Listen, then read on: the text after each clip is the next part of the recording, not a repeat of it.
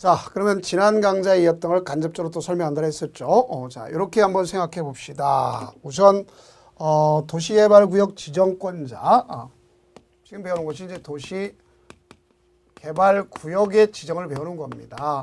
이게 이제 이 시간의 타이틀이니까. 그러면 지난 마지막에 했던 걸 다시 한번 정리해 보면 지정권자가 있었죠. 지정권자는 원칙적으로 누가 있느냐? 시도지사요, 대도시 시장이 있다고 배웠죠. 그 중에 이 대도시 시장 같은 경우도 있고 인구 50만이면 되는데 이들은 두 가지 방법이 있습니다. 하나는 걸치는 경우가 있겠고, 그렇죠? 그래서 걸친 경우에 시도에 걸쳤다 그러면 이거는 갖다 협의를 해서 할자를 정하는 겁니다. 또 이것이 100만 제곱미터 이상이라든가 또는 100만 제곱미터 이상이라든가 또 국가 계획과 관련이 있다 그러면 국토장관과 협의하도록 돼 있다. 그래서 협의는 야긴 자기들끼리 하는 거고 협의 정하는 거. 이거는 국토장관과 협의한다는 걸 할 수 있어요. 그다음 이제 예외가 있다면 어떤 거냐? 중, 국, 집, 천, 장, 불 이렇겠죠. 이거는 국가가 필요해서 하는 경우. 중앙행정기관장이 요청에 의한 경우. 여기 있잖아요. 요청에 의한 경우. 그다음 천재지변은 긴급한 경우. 그다음 여기 공공기관장이나 정부 출연기관장으로서 제안하는데 아주 조심해야 했죠. 이거 제안하는데 이 제안은 30만 제곱미터 이상인데 국가계획과 밀접 관련된 국토장관. 그렇지 않으면 시장, 군수, 구청에서 제안한다고 했죠. 그다음에 협의가 여기 있는 위에 있는 것처럼 이 협의가 불성립됐다. 그럴 경우에 가능한 것이다. 이렇게 볼 수 있습니다. 자, 그러면 이때 뭐가 있냐면 그 지정 요청이 있고 제안이 있잖아요. 그러면 지정 요청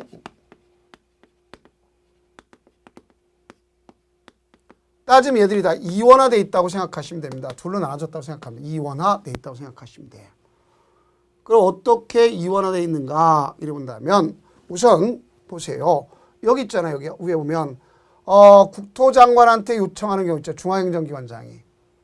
그렇죠? 또 나가서 자 이거 보세요. 이원화됐다는 것은 요청을 보니까 요청 하나만 보면 이 요청 하나만 보면 가서 중앙행정기관장이 가서 요청합니다. 누구한테 요청하냐? 국토장관한테 지정해달라고 요청하는 거예요. 지정해주세요 하고 자, 이렇게 할 수 있어요. 또 누가 있냐면 시장, 군수, 구청장이 누구한테 요청할 수 있느냐? 가서 시도, 지사한테 요청할 수 있는 거예요. 이렇게 됩니다. 그래서 우리가 이원화돼 있어요. 이렇게 이원화가. 그 왜냐? 지정권자가 이 사람이고 이 사람이니까 그런 거다. 그런 것을 아시면 됩니다. 그럼 그 내용이 되는 것을 알 수 있겠고. 그럼 특히 우리가 했을 때 이 시장, 군수, 구청장이 시도한테 가서 요청할 때는 직접 요청할 때는 도시의원의 자문을 거칠 수 있어요. 근데 지구단위 계획과 관련되면 그러지 않는다는 걸 볼 수 있겠고요. 제안 한번 봅시다. 제안은 누가 할 수 있느냐? 앞서 보세요. 여기 보니까 하나가 누가 있어요? 중앙행정기관장이 아니라 공공기관장, 정부 출연기관장으로서 30만 제곱미터 이상인데 국가 계획과 밀접 관련이 있다. 그러면 국토장관한테 제안할 수 있게끔 하는 것이다. 이렇게 볼 수 있어요. 그 다음에 또 하나는 여기 보니까 국가나 지단체나 조합 이 세 가지를 이 사람들 못합니다. 그래서 요 사람 꼭 못하니까 요 사람을 제외하고 누구한테 할 수 있느냐? 가서 시장, 군수, 구청장에게 제안할 수 있어요. 그러니까 제안은 이렇게 그럼 여기 봐요. 아까 요 제안받은 요 사람은 누구한테 요청하죠? 여기 시도한테 요청하는 겁니다. 따지면 그렇게 된다 하는 것을 아시면 돼요. 그 내용 자체가 이런 쪽으로 가져가는구나 이렇게 보시면 먼저 쉽게 접근할 수 있다 이렇게 볼 수 있습니다. 자, 다음 그럼 그 중에서 이 중에서요 조합을 제외하고 여기는 조합을 제외하고 민간이 할 때 여기 조합을 제외하고 민간은 요건을 갖추도록 돼 있어요. 그래서 거기 토지 소유자, 소위 우리가 지상권자 포함해서 3분의 이상이 동의를 갖다 해줘야 됐구나. 그랬어요. 3분의 이상 동의를 얻는구나 볼 수 있습니다. 민간은. 자, 이렇게 돼요. 그럼 이렇게 제한하면 수용 여부는 이 시장군수구청장은 수용 여부를 갖다 며칠 내 처리해 줄 것이냐 하는 걸 알 수 있겠죠. 그래서 이거는 수용 여부는 가서 2개월 플러스 부득이하면 1개월 연장할 수 있습니다. 그 내용이 여기에 있을 수 있겠고 비용은 제한자와 협의해서 같이 할 수 있구나 하는 걸 볼 수 있어요. 그래서 우리가 봤을 때 국토계획법에서 주민의 기지개 배운 적이 있어요, 없어요? 있죠. 45일 플러스 30일. 여기는 2개월 플러스 1개월 이렇게 된다 하는 것도 아시면 되겠습니다. 자, 이게 이제 여기에 관한 사항이고 다음은 규모가 있습니다. 규모가 있더라. 규모와 계획이 있습니다. 거의 규모와 계획을 갖다가 가져갈 때 어떻게 가져갈 거냐 봐줘야 되겠죠. 우리는 이런 경우를 생각하면 돼요. 이 규모가 있고 계획이 있다. 그런데 당연히 도시지역 안과 밖이 있습니다. 자, 그러면 도시지역 안, 도시지역 안은 뭐로 되어 있냐? 주상, 공록 이렇게 되어 있어요. 그 다음 밖의 경우가 있습니다. 이렇게. 크게는 도시역 안과 밖으로 나눠요. 안과 바깥으로. 그럼 여기는 규모가 얼마 제곱미터 이상 이렇게 되는 겁니다. 그럼 여기 주거는 1만 제곱미터 이상, 상업 1만 제곱미터 이상, 공업 3만 제곱미터 이상. 다만 녹지의 경우는 아주 조심해 줄 게 있어요. 왜냐? 여기는요. 자연 녹지하고 생산 녹지만 되지 보존 녹지는 안 됩니다. 그래서 자연 녹지, 생산 녹지가 얼마냐? 1만 제곱미터 이상. 1만 제곱미터 이상. 도시적 밖의 경우는 원칙적으로 30만 제곱미터 이상입니다. 그런데 예외적으로 20만 제곱미터 이상이 될 수도 있다 볼 수 있습니다. 자, 그것이 여기 있죠. 왜? 20만 제곱미터 이상이라는 건 바깥에서 아파트와 연립계획이 포함되어 있다. 그럴 경우에 모두가 자, 거기 초등학교를 확보했다. 4차례 정도를 확보했다. 두 가지 모두 확보했으면 20만 제곱미터 이상이라도 할 수가 있구나. 이렇게 된다 하는 것을 아시면 되겠습니다. 자, 이게 바로 여기 내용이구나 하는 것을 주어주면 되겠고요. 자, 다음은 이제 뭘 갖다 근거로 해서 볼 수가 있겠는가 하는 걸 봐줘야 되겠죠. 자, 이 내용을 나가도록 해봅시다. 여기 보니까 규모는 그렇다 할지라도 이제 계획이 있습니다. 계획. 그럼 이 계획은 어떤 걸 근거로 할 거냐? 계획은 광역도시계획과 도시군 기본계획을 얘기하는 거예요. 그래서 여기 보면 주거지역, 상업지역, 공업지역은 이미 시가화 용도라는 의미 배웠죠, 우리? 그럼 시가화 용도는 이미 개발된 곳 아닙니까? 그렇죠? 여기는 수립 여부와 상관없어요. 여부와 무관하다. 즉, 이게 수립하느냐, 수립 여부와 무관하다 볼 수 있어요. 그럼 밖의 경우는 수립이 원칙입니다. 왜? 난개발 방지에서 수립해야 되는 겁니다. 이 지역과 이건 밖에 했는데. 그러나 수립해야 되는 예외가 있어요. 예외 중에 뭐냐? 유보용도가 있어요. 계획 관리지역이 있겠고 자연 녹지 지역이 있습니다. 얘네들은 수립하지 않아도 가능한 거다 하는 것이 써 있는 겁니다. 그래서 그 내용을 가져가면 되겠고 그러면 이제 여기 있는 이 규모 다 배제되는 경우 있어요. 이 모두가 다 배제되는 경우 있단 말이에요. 그래서 취하면 개국지 취하면 개국지 이게 바로 뭐냐? 취락지구 규모 안 따집니다. 네, 개발진흥지구 자꾸 사업을 하니까 안 따져요. 또 국가균형발전에서는 자연환경보전을 빼놓고는 안 따집니다. 지구단위 계획 따질 필요가 없다 이렇게 볼 수 있습니다. 그래서 그걸 여러분들이 이해하시면 됩니다. 다음 이제 도시개발구역을 지정하는 걸 볼 수 있겠죠. 구역 지정 절차, 지정이라면 이제 절차가 있겠죠. 지정 절차는 제일 먼저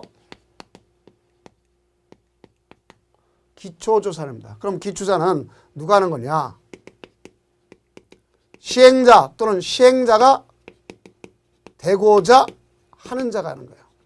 그래서 이와 같이 시행자 또는 시행자가 되고자 하는 자가 하는데 그럼 이와 같은 시행자나 시행자가 되고자 하는 거니까 바로 왜 이 광역이나 도시군 기본계획이 이미 수립됐다면 할 필요가 없어요. 만약에 수립 안 한 곳, 수립 안 해도 되는 곳, 수립 안 해도 되는 곳 이런 경우는 시행자 때문에 해야 되겠죠. 그러니까 기초조사는 필수가 아니라 여기는 can 할 수 있다 이런 얘기가 되는 거예요. can 할 수 있다 이게 되는 거예요. 기초조사 자체가 할 수 있다가 되는 겁니다. 자, 이걸 여러분들이 아시면 되겠고 다음 이제 뭐가 있느냐 공청회가 있습니다. 근데 여기 보면 이건 두 가지가 있어요. 공람 공청회가 있는데 얘도 공람 또는 공청회가 원칙이야. 그런데 필수로 공람 and가 되는 경우 있어요. 반드시 공람 후 공청회 받는 경우 있다. 그럼 이 공람 후 공청회 받으려면 어떤 경우냐? 그 규모가 100만 제곱미터 이상이면 반드시 공람 후 공청회를 받아라. 이렇게 볼 수 있어요. 그런데 이 공람을 받으려면 미리 거기 있는 사항에 대해서 알려줘야 되겠죠. 일간신문 같은 데다가 홈페이지에다가 근데 그 지역이 10만 제곱미터 미만이다 그러면 홈페이지에다 하면 되지 일간신문을 할 필요가 없습니다.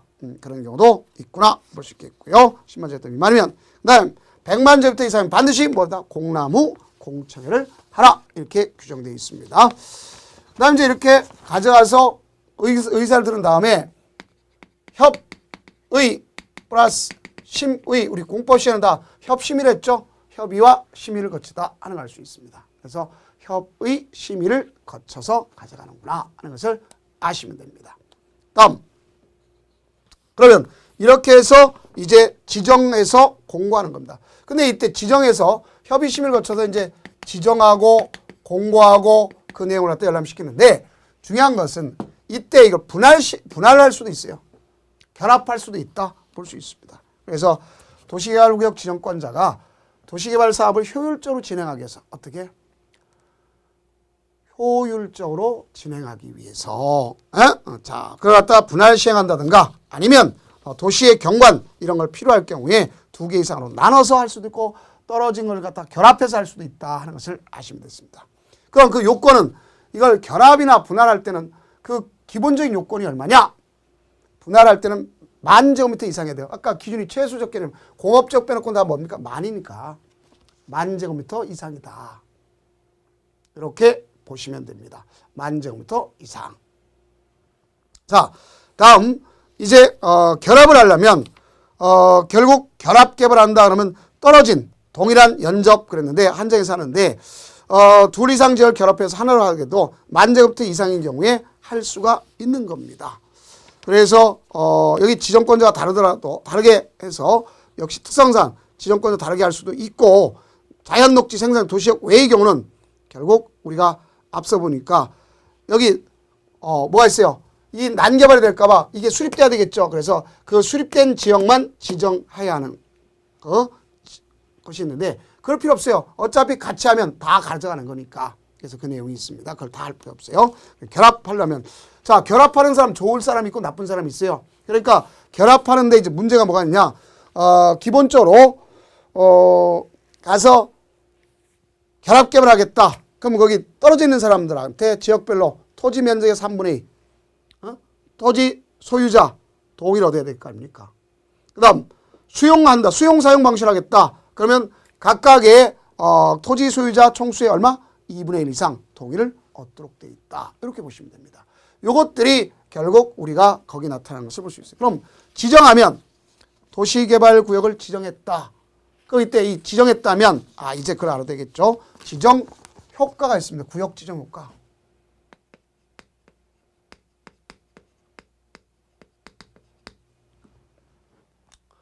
그럼 이렇게 한번 생각해 봅시다.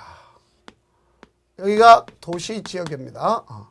이쪽이 관리지역이었어요. 이쪽이 농림지역이었습니다. 이렇게 가져갔다. 그런데 여기에 지구단위가 있고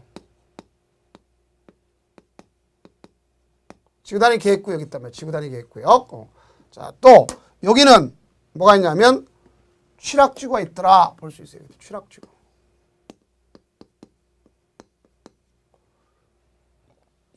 근데 이 지역을 묶어버려. 자, 뭐로 묶냐? 도시개발구역으로 묶어버립니다. 그럼 새롭게 지형도를 그려야 되겠죠. 자, 여기 있는 이 지역도 무슨 지역이 돼요? 도시지역이 되는 거 아닙니까? 그러니까 여기 오면 도시지역은 당연히지만 여기 도시지역 밖은 도시지역이 될 거 아니거든요.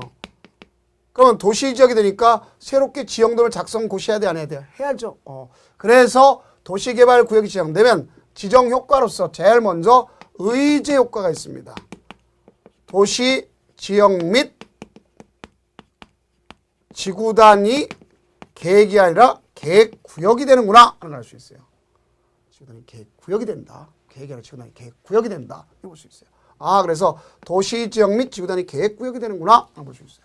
근데 여기 중에서 의제가 안 되는 경우 있어요. 이미 여기 지구단위 계획구역이잖아요. 그럼 의제 안 되고 취락지구 정비사업하니까 의제될 필요가 없습니다. 그래서 그 내용을 우리가 인지를 반드시 해둘 필요가 있다 볼 수 있습니다. 다음, 그러면 종전에는 여기가 도시지역이었고 이쪽이 관리지역, 농림지역인데 지금 이 부분은 도시지역으로 편입됐잖아요. 그러니까 지형도면을 작성 고시합니다. 어느 동안 하면 사업시행기간 동안 하면 되는 것을 알 수가 있습니다. 그러면 여기에서 두 번째는 행위 제한을 가져요. 왜 행위 제한을 가져올까? 투기 방지가 목적이다 보시면 돼요. 뭐가 방지다? 투기 방지. 그럼 이와 같은 투기를 방지하기 위해서 하는 것이다 볼 수 있어요. 투기 방지. 그러면 결국 우리가 비경제적 행위 이런 걸 해서는 안 된다. 그러면 소위 이 사람들이 거기 가서 집 짓고 여러 가지 비효율적 행위를 할 거 아닙니까? 그렇기 때문에 개발행위, 국토계획법에 있는 국토계획법상에 있는 개발행위 5개, 6개 따지면 5개 해서도 안 되는 거죠. 그것뿐만 아니라 이 법에 의한 중목의 벌채, 식재, 나무를 자르거나 나무를 심어서도 안 된다. 왜? 투기 목적으로 할 수 있지 않습니까? 그래서 이건 보상비 바라고도 할 수가 있잖아요. 이런 것도 해서는 안 됩니다. 그래서 5가지 뭐냐? 건축물의 건축, 공작물의 설치, 토지 형질 변경, 토속 채취, 토지 분할, 물건을 적치 이거 있죠. 또 중목의 벌채, 식재 이런 것이 여기 있구나. 이걸 볼 수 있습니다. 그렇다면 이 만약에 이걸 하겠다 그러면 허가 받도록 돼 있어요. 누구한테 받느냐? 특광자 시장군수한테 받도록 돼 있다. 특광자 시장군수한테 받도록 돼 있어요. 그래야 특광자 시장군수한테 허가를 받도록 돼 있습니다. 그러나 이 허가받지 않아도 되는 경우가 있어요. 소위 우리가 갔을 때 기본적으로 보면 재복구 재난수습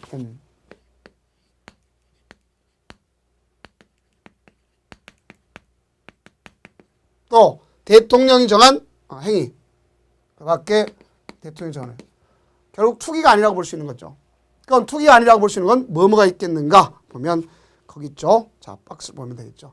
농림 수산물의 생산에 직접 이용하는 것으로서 국토교통 간이 공장, 특히 간이 공작물의 설치 같은 게 바로 뭐가 있겠어요?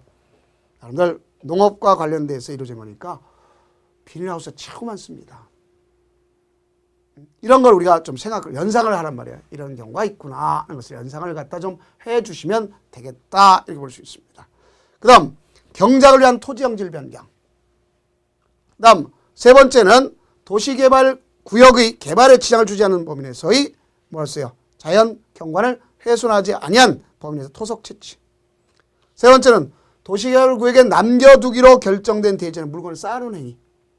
그 다음 5번째는 관상용 중목의 임식죄. 자, 관상용 중목일지라도 뭐는 안 되느냐? 가장 조심할 게 있어요. 경작지의 임식. 경작지에 따라 심는다는 뭔가 투기를 바라러 보시는 거 아닙니까? 그래서 그런 내용이 여기에 속하는구나 하는 걸 알 수 있습니다. 자, 그렇다면 이제 문제를 한번 풀어볼 수 있네요. 18회 때 거죠. 도시개발법령상 도시개발구역 안에서의 특광자, 특별시장, 광역시장, 시장 군수의 허가를 받아야 하는 행위. 즉 국토의 이용의 법률에서 개발의 허가 대상이 아니다. 그죠? 그러면 첫째, 농림수산물의 생산에 직접 이용되는 것으로서 비닐하우스 설치 될 수 있겠죠. 그냥 할 수 있지 않습니까?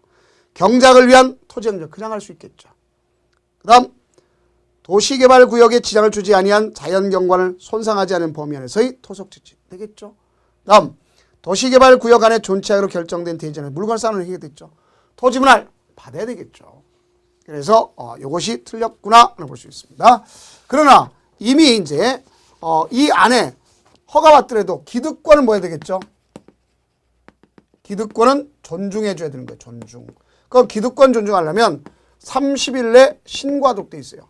우리가 국토의 계획 및 이윤 법률에서의 개발행위 때는 원칙적으로 그냥 했죠. 그래 개항이라고 쓰겠죠. 다만 수시 수산자원보호구역과 시간조정구역은 3개월 내 착공 착수했다. 그러면 3개월 내 신고하도록 돼 있다. 이렇게 보였지 않습니까? 자, 다음은 이렇게 도시개발구역이 지정됐다가 뭘 했느냐? 지정을 해제하는 경우가 있을 수 있다. 볼 수 있겠죠.